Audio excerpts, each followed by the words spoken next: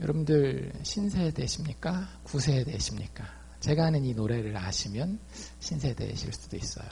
오늘 밤 주인공은 나야 나 나야 나. 이걸 알면 조금 신세대입니다. 정신적으로 약간 깨 있는 거예요. 어떤 젊은 애들이 부르는 거예요. 101명인가요? 거기 뽑힌 애들이 그래가지고 프로듀서 101 이렇게 해가지고 부르는 노래인데 코미디 프로도 나오고 그러더라고요. 여러분들의 인생의 주인공은 누굽니까?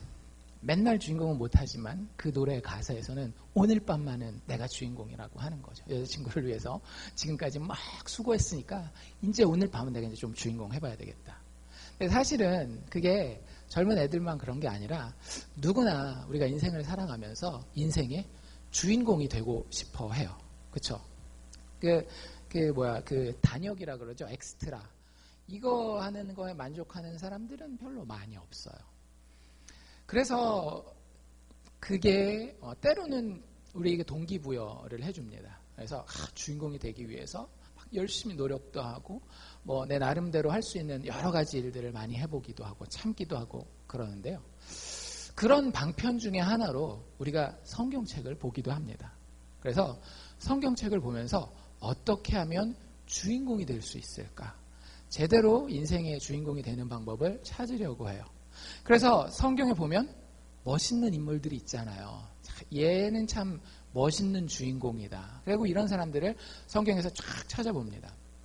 근데 여러분들 성경을 읽으시는 분들은 안 읽으시면 모르겠지만 성경을 읽으시면 그런 기대가 내가 성경에서 위대한 인물을 잘 봐서 주인공이 될 만한 인물을 봐서 그 사람을 좀 따라해봐야 되겠다라는 그런 마음가짐을 가지고 성경을 읽으면 많이 실망하게 돼요. 왜 이런 사람이 성경에 나와 있지? 그리고 그냥 이제 설교로만 들을 때는 막 굉장히 대단한 사람인 줄 알았는데 그 사람의 뒷이야기도 사실은 성경에 다 나오거든요. 이스라엘 백성 막 하나님의 거룩한 백성인 줄 알았는데 보니까 우리 지난주에 이제 제가 목장 모임에 잠깐 갔다 왔는데 성경을 읽으시면서 왜 이렇게 사람을 많이 죽이냐고 성경에서. 근데 위대하다고 생각하는 사람들이 하는 일들을 보면 실패도 많이 하고 실수도 많이 하고 나쁜 일도 많이 하고 그래요. 그래서 꿈이 깨지는 거예요. 어느 순간 성경을 읽다가 그래 내가 내 인생의 주인공이 되기 위해서 성경에서 주인공이 될 수 있을 만한 사람들한테 내가 좀 배워야 되겠다 라고 생각하면서 성경을 읽으면은요 여러분들 제가 100% 장담해드립니다.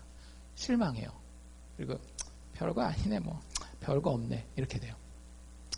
성경은 참 소망 없는 이야기들로 가득 차 있어요. 오늘 우리가 또다시 보게 되는 이 아브라함의 이야기. 오늘은 아브라함이 살짝 이제 옆으로 물러나거든요. 근데 그 아브라함 같은 경우도 보면은요, 참 자격 미달이에요. 위인처럼, 주인공처럼 보이는 그 사람들이 정말로 어쩜 그렇게 다 똑같은지, 하나같이 자격 미달입니다. 그래서 성경을 그 시각으로 내가 주인공이 되기 위해서 좀 배워야 되겠다라는 시각으로 뭘 어떻게 해야 되나, 내가 해야 될 것을 배우기 위해서 성경을 보면은요, 결국에 성경은 별 볼 일 없는 책이고 좀 더 솔직하게 이야기를 하면 별 소망 없는 책이에요. 안 보셔도 돼요. 다른 자기계발서가 어떨 때는 훨씬 더 우리에게 이렇게 기분이 이렇게 업되도록 만들어줄 수 있어요. 그럼에도 불구하고 제가 목사로서 또 오랫동안 신앙생활한 사람으로서 여러분들에게 분명히 말씀드릴 수 있는 것 한 가지가 있는데요. 성경은 궁극적으로 소망의 책입니다. 그 주인공들이, 그 위인들이 정말 소망 없는 삶을 살았음에도 불구하고, 그래서 우리가 그 사람들한테 배우려고 가까이 가면 가까이 갈수록 배울 게 진짜 손톱만큼도 없는 것처럼 보임에도 불구하고 성경은 우리에게 소망을 이야기하는 책입니다. 왠지 아세요? 우리가 생각하는 그 주인공들이 주인공이 아니기 때문에 그래요. 여러분들, 성경의 주인공은 누굴까요? 예수 그리스도. 예수 그리스도를 통해 드러난 하나님입니다. 성경을 볼 때 우리가 인간적으로 다윗의 그 똘똘함을 배워야 되겠다, 솔로몬의 지혜를 배워야 되겠다, 누구의 여호수아의 용맹함을 배워야 되겠다 하면은요, 나중에 그 실체가 드러나는 순간 우리의 소망도 같이 꼬꾸라지는 거예요. 그런데 성경은 무슨 책인가 하면은요, 그 자격 없고 그 자격 미달인 사람들이 하나님의 은혜 때문에 한 걸음 한 걸음 성장해가는 책입니다. 그래서 성경은 하나님에 대한 책이에요. 성경에서 내가 뭐를 해야 되느냐 자꾸 찾으면은요, 여러분들 재미없어요. 그리고 나중에는 막 율법주의 때문에 막 내가 너무 답답해요. 하라는 건 왜 이렇게 많은지, 하지 말라는 건 왜 이렇게 많은지. 근데 그게 아니라 성경을 볼 때 성경의 주인공이 하나님이라는 것을 알고, 하나님이 예수 안에서 하나님의 은혜와 평강과 지혜와 지식과 능력 가운데에 무슨 일을 하시는지를 보면은요, 여러분들 이 책은 궁극적으로 자격 미달인 나에게도 소망을 가져다주는 책이 된다라고 하는 거예요. 오늘 아브라함의 이야기도 그렇게 보셔야 돼요. 아브라함이 진짜 못났거든요. 여기 보면 못났음에도 불구하고, 그럼에도 불구하고 이 이야기가 하나님의 이야기이기 때문에 결국에는 아브라함과 아브라함을 통해서 고통받았었던 사람들과, 그리고 이 아브라함의 이야기를 읽는 우리 모두에게 여전히 소망을 주는 이야기가 된다라고 하는 사실을 기억하고, 오늘 16장과 21장의 이야기를 같이 한번 살펴보기를 원합니다. 오늘의 주인공은 아브라함이 등장하긴 하지만 아브라함이 아니라는 걸 눈치채셨을 거예요. 그렇죠? 오늘의 주인공은 누굽니까? 16장과 21장에 공통되어서 나오는 사람이 누구예요? 하갈이라고 하는 여자입니다. 여자 주인공이에요. 하갈은 아브라함의 이야기와 관련되어서만 등장하는 인물이고요. 그리고 그 아브라함 때문이라고 얘기하면 너무 아브라함을 원망하는 것 같지만, 그래도 아브라함 때문이에요. 보면 아브라함 때문에 종으로서 굉장히 불행한 인생을 살아야 되는, 아브라함만 그러는 게 아니라 거기다가 아브라함의 아내인 사라까지 힘을 보태가지고 이 하갈이라는 여자의 인생이 진짜 불행하게 만들도록 하는 그런 기구한 인생을 살아야 했던 인물이 바로 하갈입니다. 그래서 오늘 저희가 두 가지를 살펴볼 텐데요. 과연 하갈이 얼마나 불행했는지, 그리고 하나님은 그녀를 어떻게 대하시는지, 이 두 가지를 한번 살펴보려고 해요. 실제 주인공은 누구다? 하갈처럼 보이지만 실제 주인공은 그녀를 대하시는 하나님이라고 하는 시각을 가지고 오늘 이야기를 함께 보시면 좋을 것 같습니다. 종이었던 하갈은 굉장히 불행했었던 사람이에요. 하갈이 어디서 어떻게 등장했는지는 잘 모르겠지만 우리가 16장 1절을 보면 이 사람이 아브라함의 가족에 연관되어 있는 사람은 아닙니다. 뭐라고 되어 있는가 하면 한 여종이 있었는데 애굽 사람이다 이렇게 되어 있어요. 그러니까 애굽은 어디예요? 기억나세요? 이스라엘 사람들이 400년 동안 종살이 할 그 나라예요. 아직 종살이 안 갔습니다. 아브라함 때는. 근데 어쨌든 그 가나안 땅과는 멀리 떨어져 있는 곳이라고요. 그 여자가 어쩌다가 여기까지 오게 됐을까요? 여러분들 다 한국 사람인데 어쩌다가 이게 미국까지 다 오게 되셨어요? 다 사연들이 있으시잖아요. 그러니까 이 여자도 사연이 있었어요. 근데 그 당시의 문화적인 배경을 살펴보면 그 사연이 그렇게 유쾌하지만은 않은 그런 사연이었었던 것 같아요. 왜냐하면 이 여자가 아브라함의 집안에서 가지게 되는 신분이 뭐라고요? 여종이라고요. slave, 노예라고요. 종은 어떻게 보면 굉장히 좀 고급스러운 말이고요. 노예예요, 노예. 여자가 나이가 많지도 않은 것 같아요. 근데 어린 시절에 아마 그 당시에는 전쟁을 하고 하면 전쟁 포로로 잡히는 사람들은 다 노예로 팔려가잖아요. 그래서 노예로서 아브라함의 집에 어떻게 하다 보니까 흘러 들어왔었던 것 같습니다.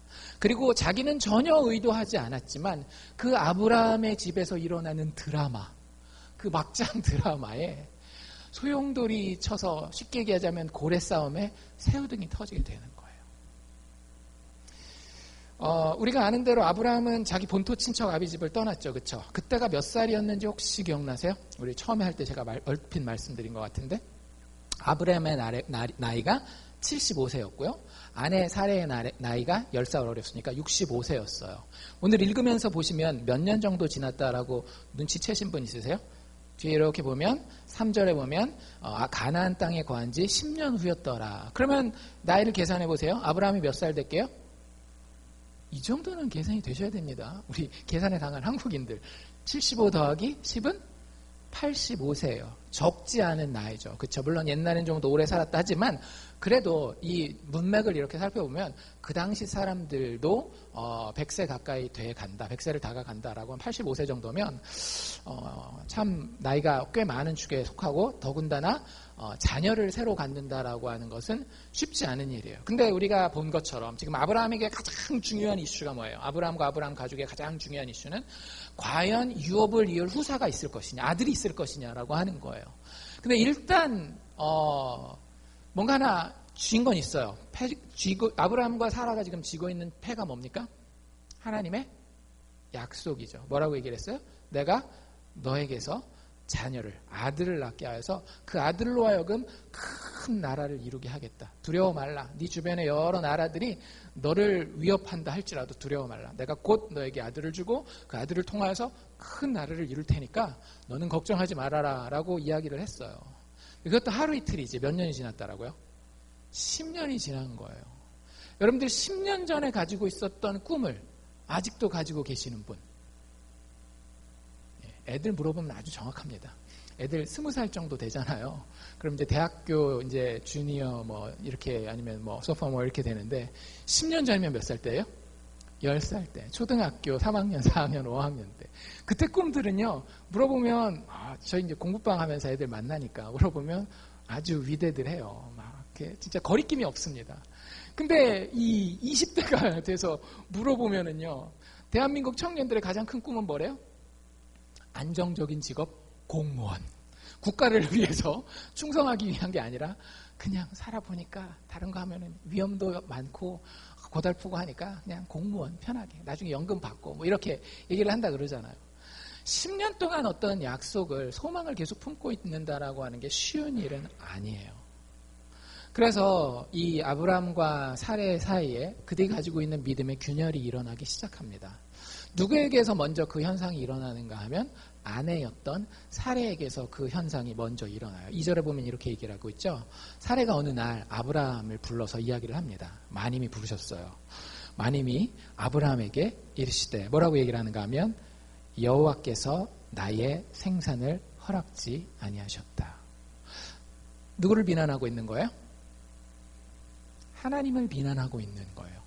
하나님이 약속해 주셨지만 하나님의 약속이 믿을 바가 못 된다라고 사례는 결론을 내린 겁니다. 게다가 지금 우리가 이렇게 자녀를 가지지 못하는 것은 사실은 누구 때문이다?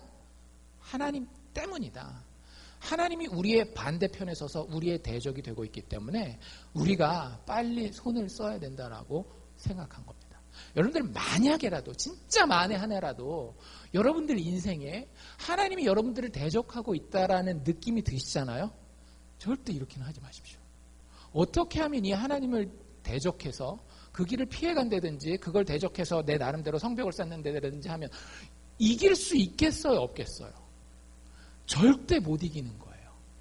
하나님이 우리를 대적하는 것처럼 느껴질 때가 있긴 있어요. 근데 그럴 때마다 우리는 어떻게 해야 되는가 하면요.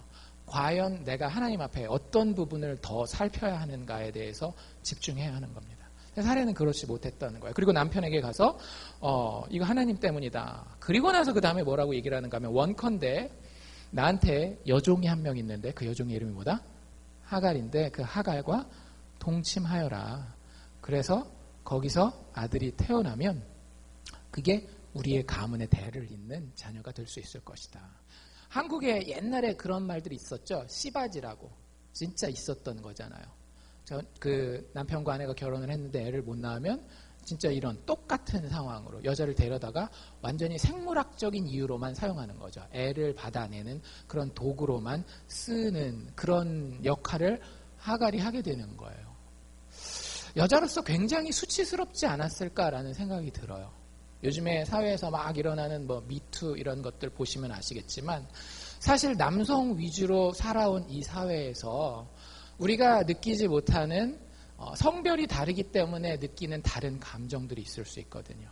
근데 아마 동서고금을 막론하고 한 여자가 이 상황 가운데 처한다라고 하면은요, 거기서 느끼게 되는 좌절감, 수치스러움, 무너지는 그 마음은 어떻게 말로 표현할 수가 없을 거예요.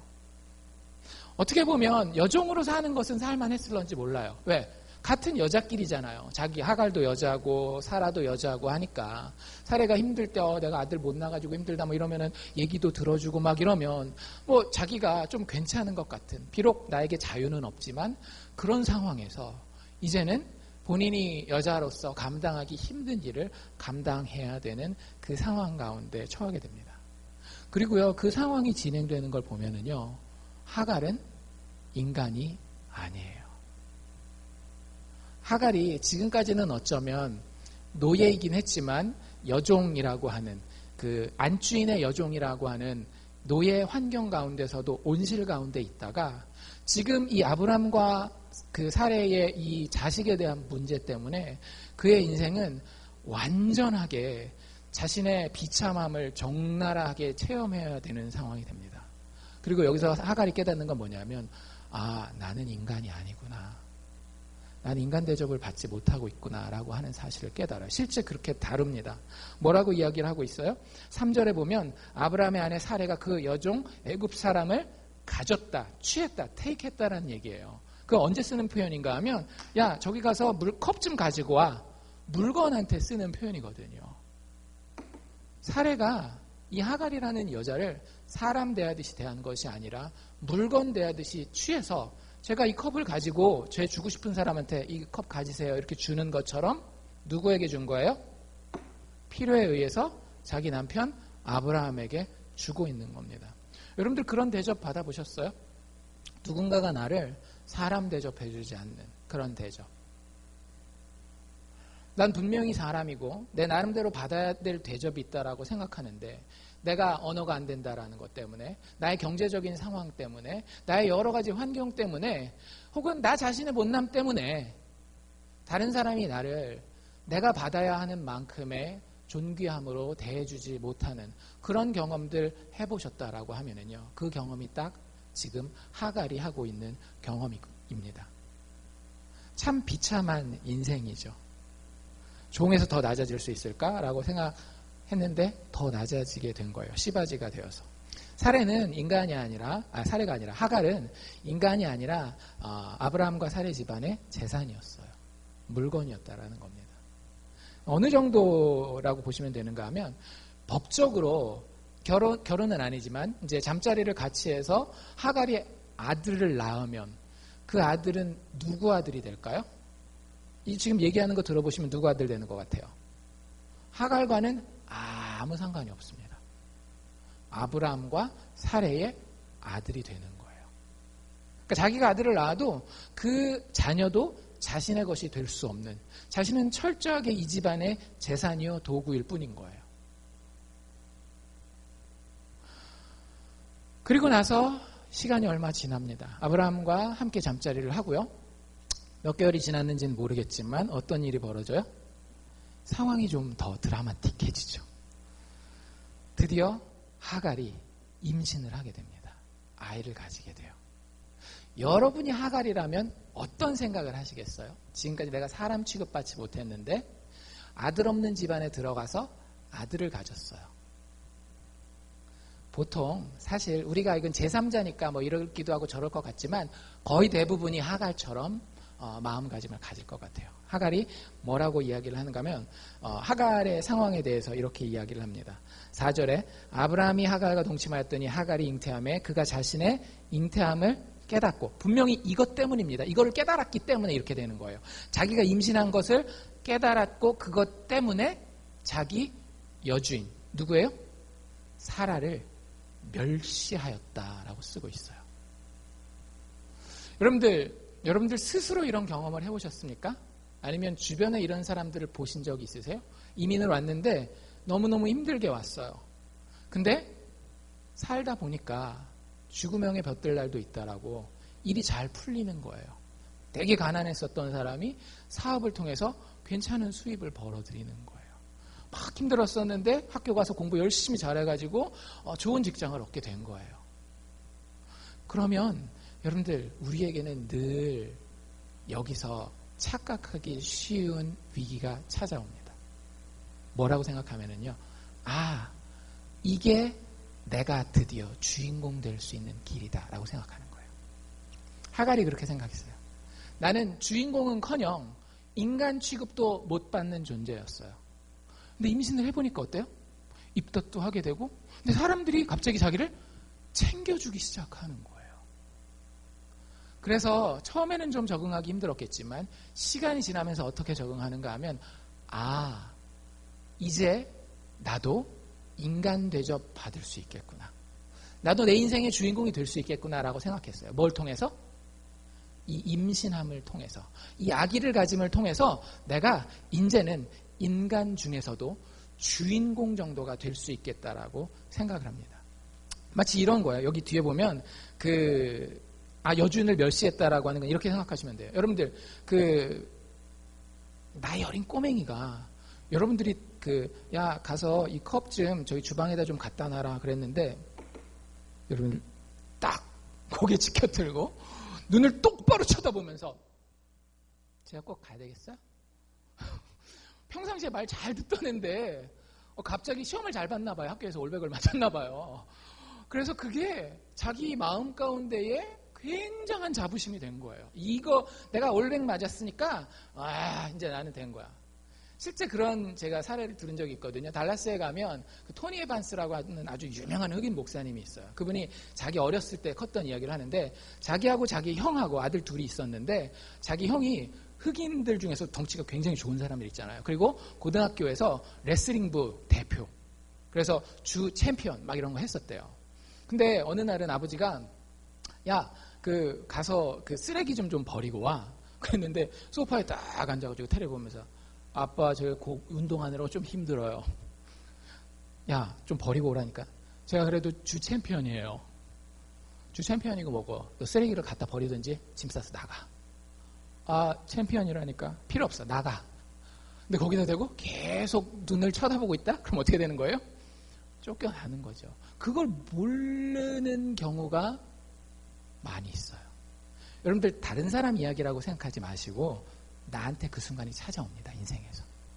여러분들이 학생이면 공부를 잘해서, 아니면 좋은 학교를 가서, 아니면 조금 더 청년이면 좋은 잡을 가지고 좋은 샐러리를 받아서, 어른들이라고 하면 좀 더 많은 수입을 얻게 되면은요, 모든 사람은 이 유혹을 받게 돼요. 모든 사람은 내가 지금 이룬 성취 때문에, 혹은 이 환경 때문에 이제는 인간 대접 정도가 아니라 다른 사람들한테 아주 높은 대접을 받아야 되겠다라는 생각을 해요. 합리적으로 보면 맞죠. 왜? 그거 얻기까지 얼마나 고생했겠어요. 애들이면 잠을 줄이고 공부를 했을 것이고, 어른이면은 일주일에 막 100시간씩 일하고 그러지 않았겠어요? 그러니까 자기가 노력한 것에 대해서 대가를 받기를 원하는 거예요. 인간적으로는 굉장히 합리적일 수 있어요. 여러분들 아시잖아요. 나이 먹어보시면. 인생이 그렇게 합리적으로만 돌아가던가요? 그렇지 않아요. 하갈은 이제 내가 아이를 가졌기 때문에 분명히 주인공이 된다. 나는 더 이상 종이 아니다라고 착각하고 있었어요. 근데 그 뒤에 얘기가 어떻게 됩니까? 난리가 났죠. 하갈이 눈 똑바로 뜨고 쳐다본, 그건지 아닌지 모르겠지만 그게 완전히 이 사례의 마음을 확 뒤집어 놓은 거예요. 여자가 한을 품으면 온유월에도 서리가 내린다라는 한국 말이 있는 것처럼 사라가 아주 도끼를 품었어요. 그래, 차라리 우리 집에 아들을 안 놓고 말지. 내가 이 여자 밟아버리리라는 생각을 하는 거예요. 그 뭐라 그러는가? 누굴 찾아가면 되겠어요?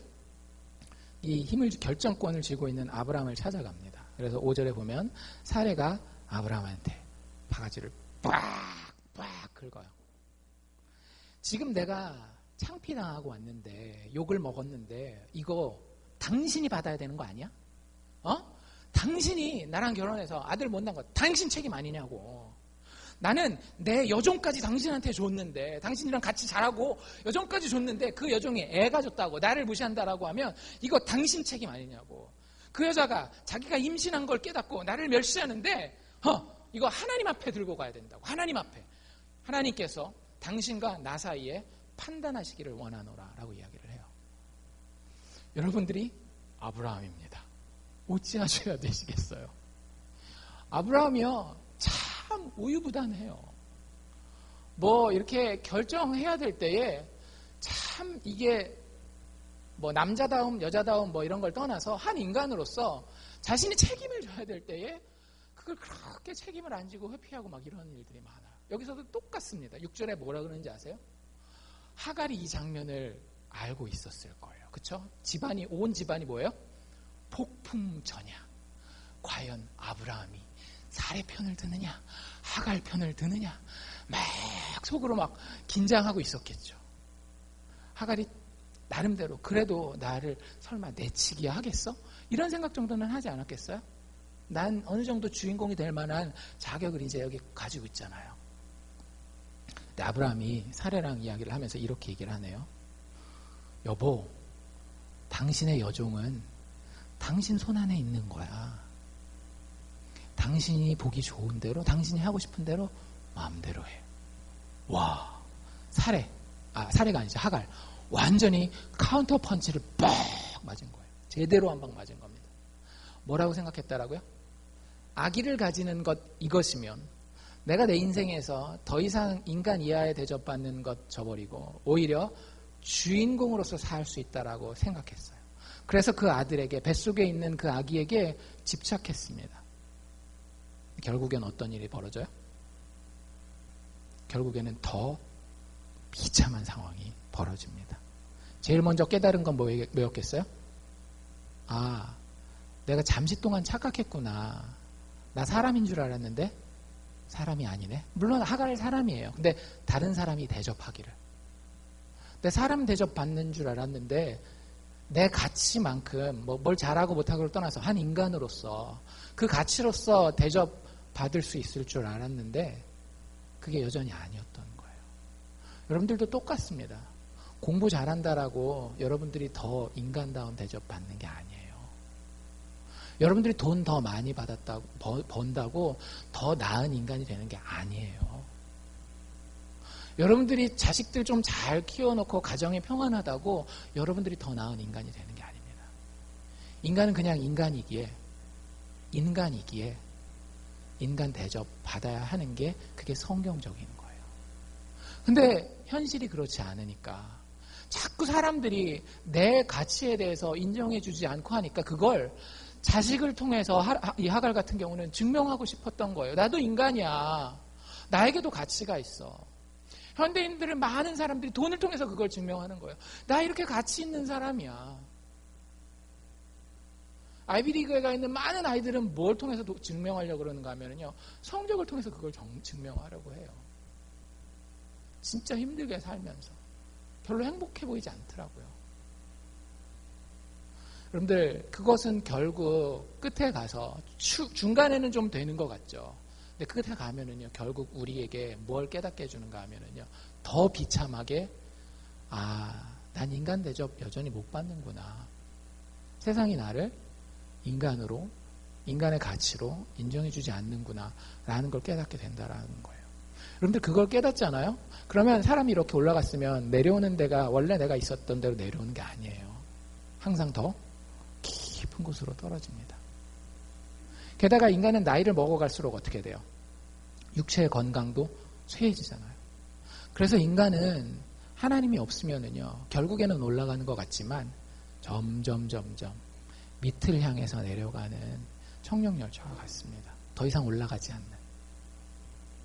하갈이 그런 삶을 지금 뼈저리게 경험하고 있는 거예요. 잘못된 것으로 자신의 불행을 치료하려 했을 때에 오히려 사례 앞에서 그전보다도 더 심한 취급을 받아야 되고, 여기 보면 사례가 그래서 어떻게 해요? 아브라함의 그 말을 듣고 6절 뒤에 보면 하갈을 학대하였다라고 되어 있죠. 이 학대라는 말이 어디에 쓰이는 말인가 하면 나중에 출애굽기에 가면 이스라엘 백성들이 벽돌 만들 때 잘 못 만들잖아요. 그러면 그 노예를 부리는 이집트 사람들이 이스라엘 백성들한테 하는 행동이 학대예요. 좀 더 구체적으로 얘기를 하면 뭐냐면요, 때리는 거예요. 손에 잡히는 거 아무거나 들고 너 일로 와. 아까 눈 나한테 똑바로 떴지? 일로 와. 그걸로 그냥 막 때리는 거예요. 아까도 얘기한 것처럼 사례는 이미 눈이 돌아왔어요. 더 이상 저 애가 우리 집에 가문의 대를 잇는다 이런 생각이 없어요. 사람이 한번 빡치면 그렇게 되잖아요. 그래서 너도 죽고 네 애도 죽고 뭐가 되든지 나는 하는 만큼 하겠다. 네가 나한테 그 욕을 보인 만큼 너한테 대가를 치르게 하겠다라고 나름대로는 정의를 실천한다라고 생각하고 이 여자를 엄청 때린 겁니다. 잘 생각해 보세요. 오죽하면 결국에 하갈이 어떻게 해요? 도망가요. 근데 어디로 도망갔는지 보셨어요? 광야, 황무지 같은 사막 같은 광야로 도망가요. 근데 보면 뭐 이것저것 다 챙겨가지고 갔나요? 아니에요. 일단 맞아 죽지 않으려고 도망간 거예요. 여러분들 그런 경험 있으세요? 현대인들은 그런 경험할 기회 자체가 거의 없잖아요. 진짜 현대인들은 상상도 할 수 없을 만큼의 대접을 자기 여주인에게서 받고 죽을까봐 목숨 하나 부지하려고 광야로 저 사막을 향해서 도망가고 있는 모습이 불행한 여종 하갈의 모습입니다. 근데 그 이야기가요 21장에 넘어가면 그대로 반복돼요. 21장 이야기는 제가 간단하게만 말씀드릴게요. 나중에 하갈이 우예우예해서 죽을 뻔하다가 다시 돌아오거든요. 다시 돌아와요. 그리고 아기를 낳습니다. 아기의 이름은 이스마엘이고요. 그 이스마엘이 자라다가 이스마엘이 한 14살 정도 됐을 때에 아브라함이 100살 되는 거죠. 이스마엘이 한 10대 초중반 정도 됐을 중2 정도 됐을 때에 사레가 아브라함의 아내, 진짜 아내 사라가 아들을 낳습니다. 이름이 뭐예요? 이삭이라고 하는 아들을 낳아요. 근데 아브라함이 이 하갈의 마음을 진짜 많이 서운하게 하는 거예요. 진짜 나쁜 놈입니다, 이 아브라함. 우리 뭐 믿음의 아버지 뭐 이렇게 얘기를 하지만 정말 나쁜 놈이에요, 인간적으로 봤을 때는. 그 하갈의 마음을 얼마나 서운하게 하고 아프게 하는가 하면 이스마엘이 태어났을 때는 거의 그냥 죽는 아이 받는 식으로 그렇게만 해요. 근데 이삭이 태어났을 때는 어떻게 하는지 아세요? 대연을 베풀었다. 큰 잔치를 베풀었다라는 거예요. 마음의 상처가 크겠죠. 자기보다도 자기 아들이 이 집안에서 아들 대접받지 못하고 자기랑 똑같이 이제는 무슨 대접 받아가는 거예요? 물건 대접 받아가는 거, 사람 대접 받지 못해가는 거 보면서 엄마의 마음이 너무너무 아팠을 거예요. 그러면서 마음 가운데 뭐가 싹 트는 거예요? 복수심이라든지 분노라든지 쓴뿌리라든지. 여러분들 우리가 살면서 그런 것들이 다 생기는 거예요. 내가 사람 대접 받지 못한다라고 생각했을 때.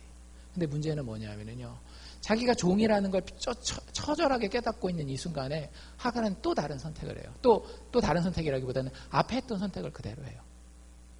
나이 차이가 많이 나잖아요. 14살 차이니까. 이삭하고 이스마엘하고 차이가 많이 나는데 보니까 이삭이 자기 아들 이스마엘한테 꼼짝을 못하는 거예요. 그러니까 애기니까 가지고 놀고 좀 쉽게 얘기하자면 bullying을 한다면 이삭이 반항을 할 수 있겠어요, 없겠어요? 반항을 못 하거든요. 그래서 성경에 뭐라고 되어 있는가 하면 애굽 여인 하갈의 소생이 이스마엘이 이삭을 희롱하였다라는 말이 21장에 나와요. 근데 그걸 하갈이 알았을까요, 몰랐을까요?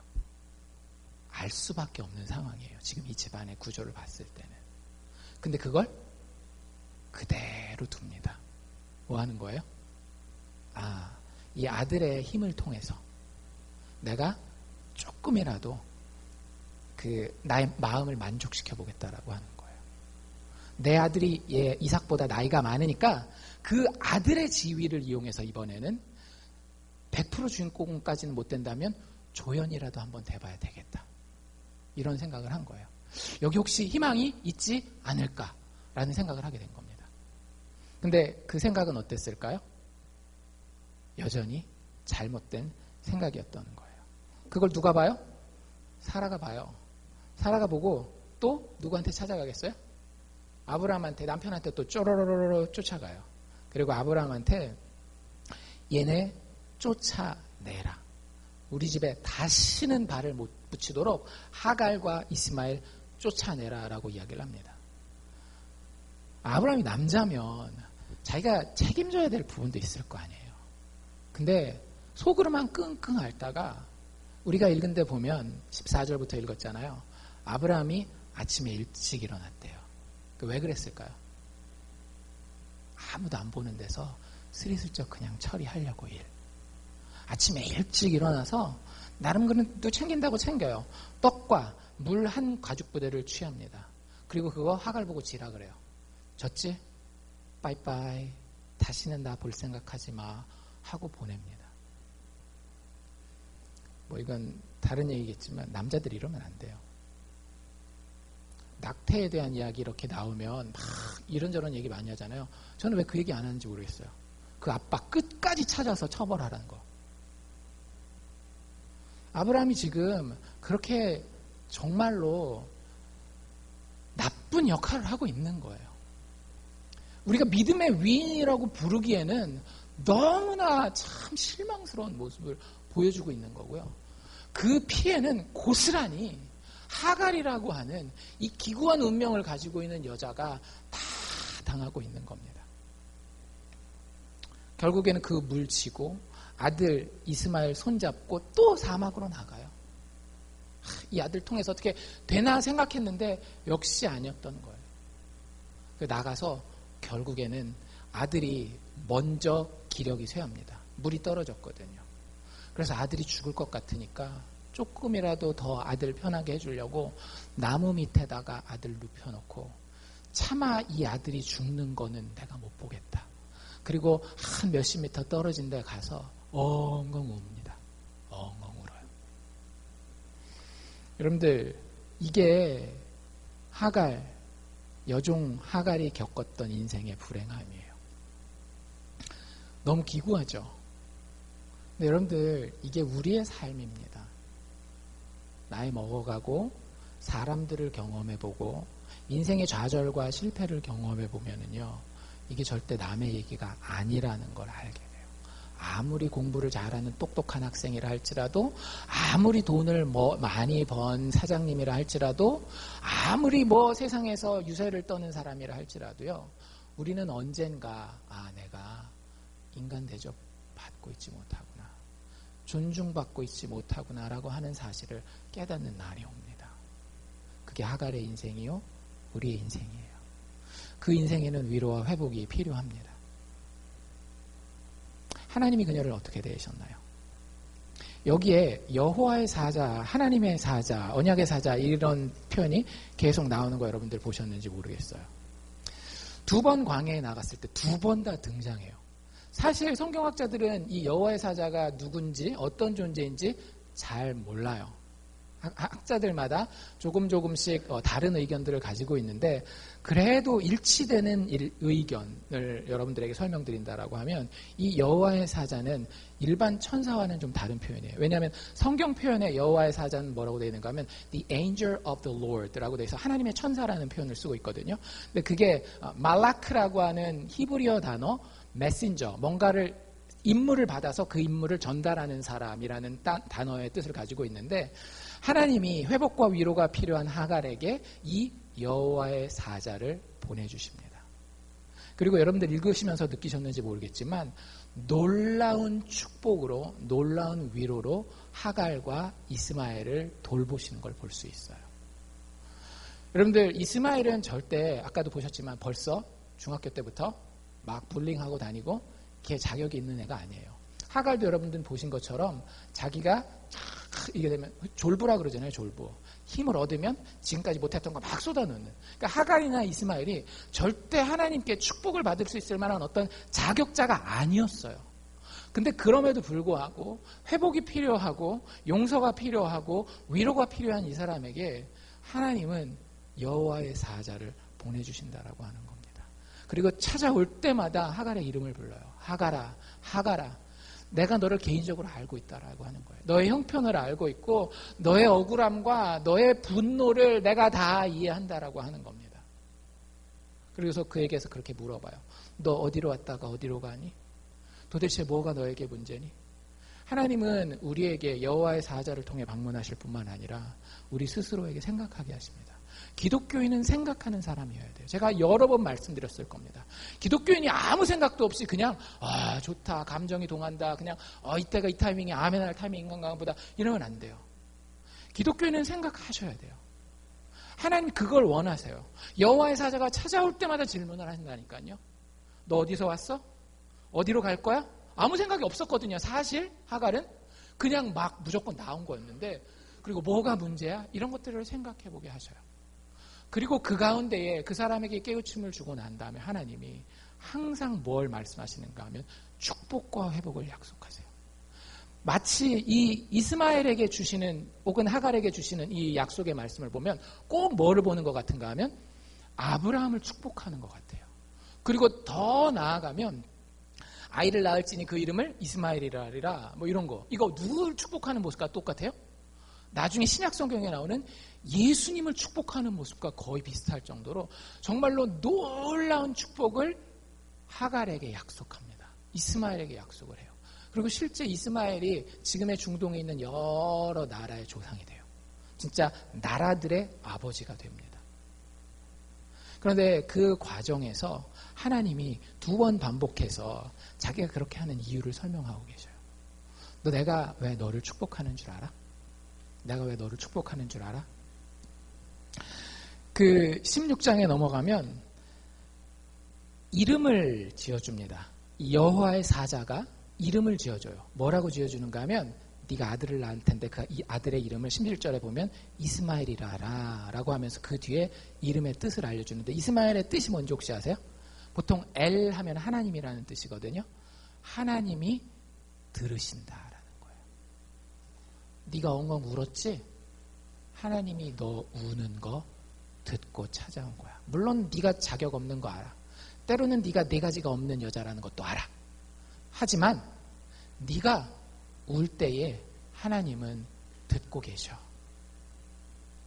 그래서 내가 너에게 찾아오는 것이고 내가 너에게 주는 선물 그 아들의 이름은 하나님이 들으신다 이스마엘이 될 거야.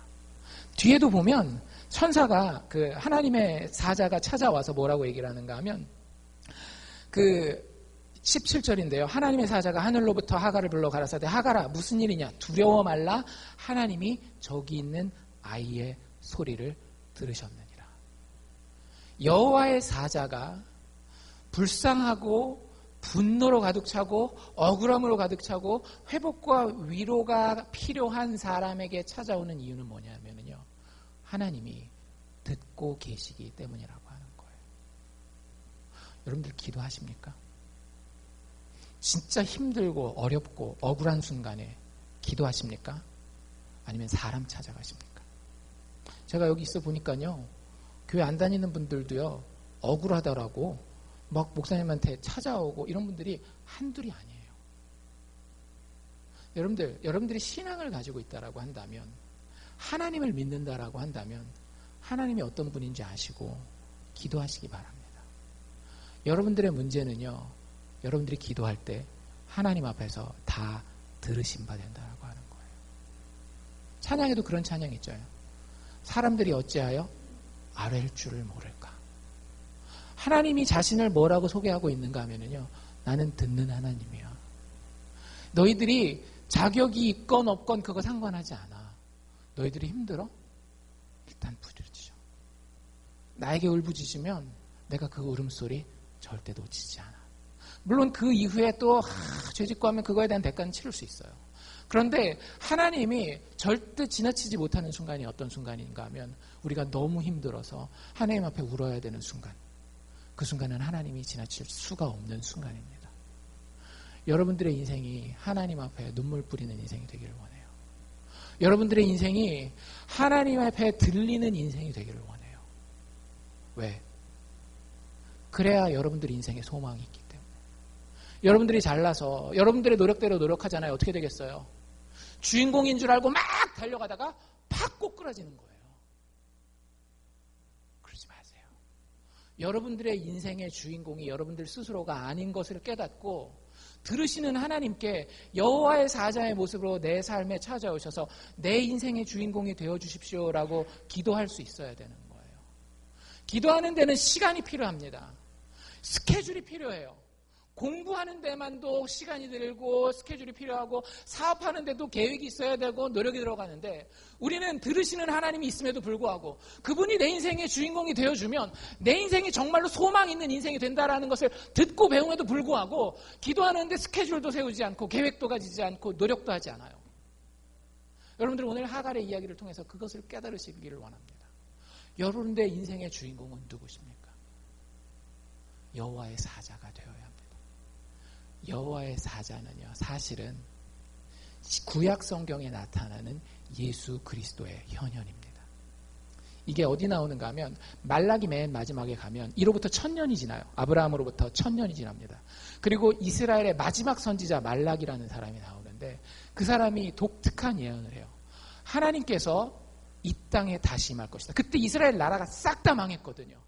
하나님이 주님께서 직접 하나님의 성전에 다시 임하실 것이다 라고 얘기를 하면서 그걸 확증하면서 뭐라고 얘기를 하는가 하면 하나님 즉 언약의 사자 말락 이 Angel of the Lord가 올 것이다 라고 얘기를 하는 거예요. 그럼 누가 오는 거예요? 하나님이 오는데 그 하나님이 하나님의 사자 여호와의 사자라는 거예요. 여호와의 사자를 말라기가 거기서 드러냅니다. 하나님이 직접 임하신 모습을 구약 성경에서 여호와의 사자라고 얘기를 하는 거예요. 근데 마태복음에 넘어가면 더 재밌는 게 나와요. 예수님이 그 말라기의 말씀을 인용하시면서 그 오리라 한 여호와의 사자, 언약의 사자가 바로 누구다? 나다. 잘 생각해 보세요. 하나님이 여러분들 인생에 임한다라고 생각해 보십시오. 그거 재앙입니다. 왠지 아세요? 하나님은 정의를 지키시는 분이시기 때문에 여러분들 인생에 하나님이 진짜 임하시면은요 다 진짜 티끌 하나까지도 다 드러내셔서 내가 너를 심판하리라, 내가 너를 심판하리라, 내가 너를 이게 하나님이에요. 여러분 절대 작은 죄를 우습게 여기면 안 돼요. 그래서 구약 성경에 하나님이 나타날 때마다 어떻게 해요? 사람들이 벌벌벌벌 떨죠. 그리고 실제 하나님을 만난 자들 혹은 하나님의 그 법궤를 만진 자들은 다 죽어요. 근데 진짜 놀라운 거는요. 이 여호와의 사자를 만난 사람들은 죽었어요? 안 죽었어요? 안 죽었어요. 하나님이 저희 신학적인 용어를 좀 쓰겠습니다. 성부 하나님의 모습으로 아버지 하나님의 모습으로 등장하실 때는요. 두려움과 떨림 가운데 등장하셔요. 근데 그 하나님이 십자가를 통해 드러난 예수님의 모습으로 등장할 때는요. 위로와 사랑과 용서와 보듬음의 모습으로 드러납니다. 그게 구약의 여호와의 사자의 모습이었어요. 그런데 그것이 누구를 통해 드러나는 거예요? 예수 그리스도께서 이 땅에 오셨을 때에 그 아기 옆에 우리가 다가가잖아요. 죽어요? 안 죽어요? 죽지 않아요. 오히려 그 아기 때문에 우리는 살 수 있는 거예요. 예수님이 우리 때문에 죽어주셨어요. 여러분들 이걸 믿으셔야 됩니다. 내가 당하는 수치, 내가 당하는 고통, 나의 무지, 나의 실수 이런 것들을 위해서 예수님이 죽어주셨어요. 예수님은 모든 자격이 다 되는 아들이셨습니다. 그런데 그가 마지막에 죽으실 때에 하나님을 아버지를 향해서 그렇게 울부짖잖아요. 하나님 응답하셔요? 안 하셔요? 한마디도 응답하시지 않으셔요. 이상하지 않습니까? 왜 그래요? 우리의 자리와 자신의 자리를 바꾸셨기 때문에 그래요. 모든 자격을 갖추신 그분이 죽음의 자리에서 아버지께 그 자격으로 부르짖었을 때에 그 응답받지 못한 그 자격으로 우리가 아무 자격 없지만 우리가 부족하고 힘들고 연약할 때 하나님 앞에 부르짖으면 그 예수의 보혈의 능력 때문에 하나님은 우리의 음성을 들으신다라고 하는 거예요. 이스마엘의 음성을 들으신 것은 하갈의 음성을 들으신 것은 하갈과 이스마엘이 자격이 되고 그 사람들이 정말로 뭔가 이쁜 게 있어서 하나님이 그들의 음성을 들으신 게 아니에요. 오실 예수 그리스도 여호와의 사자가 그 대가를 다 치르시고 하나님 앞에서 거절될 것을 아셨기 때문에 아들의 거절됨과 아들의 죽으심을 보시고 우리의 소리를 하갈의 소리를 이스마엘의 울부짖음을 들으시는 거예요. 여러분들 그 예수를 믿으시기를 바랍니다. 예수 이름 그 하나 부를 때에 눈물이 철철 나고 감동이 되고 인생에서 힘이 불끈불끈 솟아나는 그런 믿음을 가지시기를 바라요. 하나님은 예수를 통해서 우리를 들으십니다. 여러분들 여전히 여러분들 인생의 주인공 되기 원하십니까? 그러지 마십시오. 들으시는 하나님께 예수 그리스도 보혈로 의지해서 나가셔요. 그래서 예수가 내 인생의 주인공 되도록 기도의 자리에서 믿음의 자리에서 초대하실 수 있는 참된 하나님의 복받은 나라들이 다 되시기를 주의 이름으로 축원합니다. 기도합시다.